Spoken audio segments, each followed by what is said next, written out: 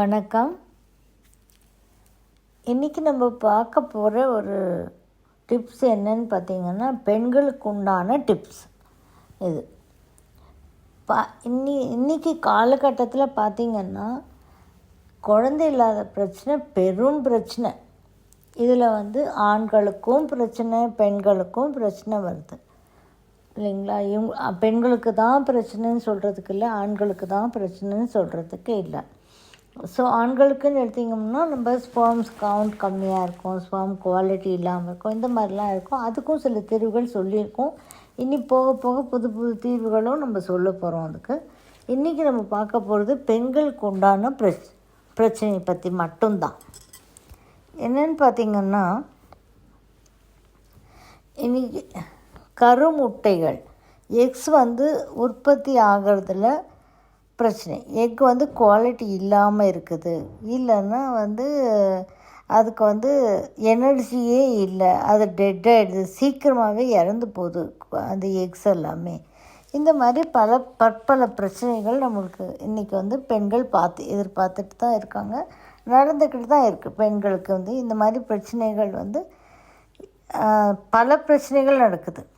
இந்த எக்கு ஸ்பெர்மோட கலந்து ஃபர்டிலைஸ் ஆகாமல் இருக்கிறதும் ஒரு விதம்தான். எக்குக்கே குவாலிட்டி இல்லாமல் இருக்கிறதும் ஒரு விதம் இப்போது காலகட்டங்களில். இல்லைன்னா எக்கு எனர்ஜியே இல்லாமல் சுத்தமாக சூம்பி போய் இருக்கிறதும் ஒரு விதம்.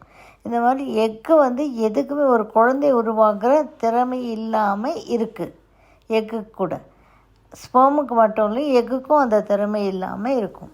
ஸோ எக்கை ஒழுங்காக எனர்ஜெட்டிக்காக உருவாக்கிக்கக்கூடிய முறை நம்ம உணவுலேயே இருக்குது. அது என்னென்னா ரொம்ப ஈஸியான முறை.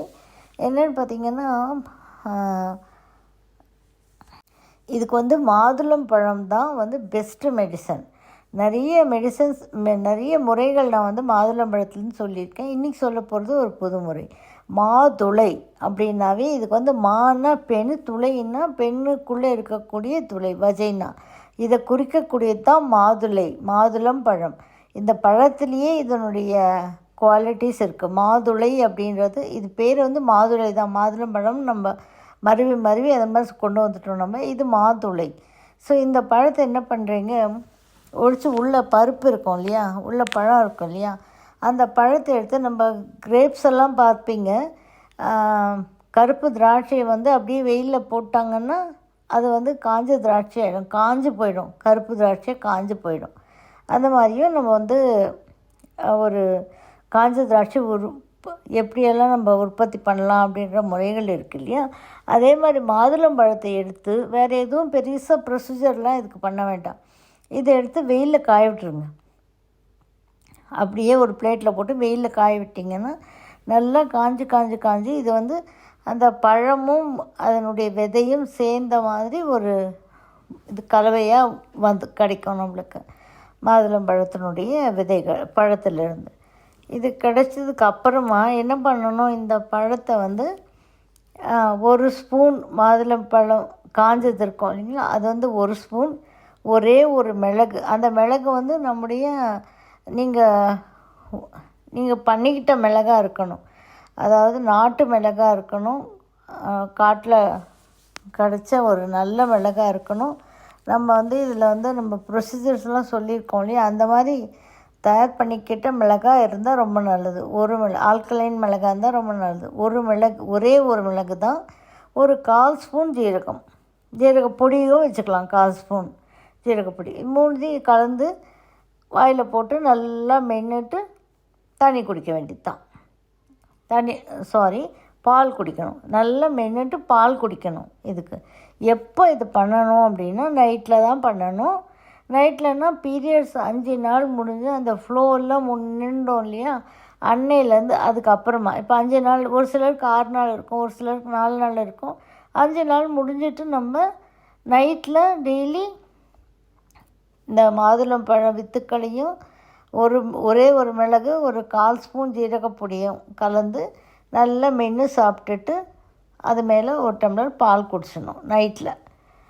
இது கண்டினியூவாக நெக்ஸ்ட்டு பீரியட்ஸ் வரைக்கும் இதை பண்ணணும். அப்புறம் பீரியட்ஸ் வந்தப்போக்கப்புறம் பீரியட்ஸில் நிறுத்திடணும். பீரியட்ஸ் திரும்பி முடிஞ்ச உடனே 5 நாள் கழித்து திரும்பி ஆரம்பிச்சுக்கணும்.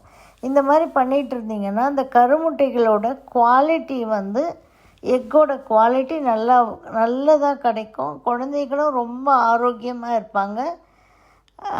இது வரைக்கும் எக்கு குவாலிட்டி இல்லைன்னு சொன்னவங்க கூட இதை நீங்கள் யூஸ் பண்ணி பார்த்தீங்கன்னா உங்களுக்கு குவாலிட்டி நல்ல பெஸ்ட்டு குவாலிட்டியான எக்கு வந்து உற்பத்தி ஆகும். இதில் ட்ரை பண்ணி பாருங்கள். குழந்தை வேணும்னு நினைக்கிறவங்க, எக்கு ப்ராப்ளம் இருக்குதுன்னு நினைக்கிறவங்களாம் இதை ட்ரை பண்ணி பார்த்துட்டு ரிசல்ட்ஸ் வந்து நம்மளுக்கு சொல்லலாம். தேங்க்யூ ஃபார் வாட்சிங். எவ்வளோ சிம்பிளான முறையில் இது.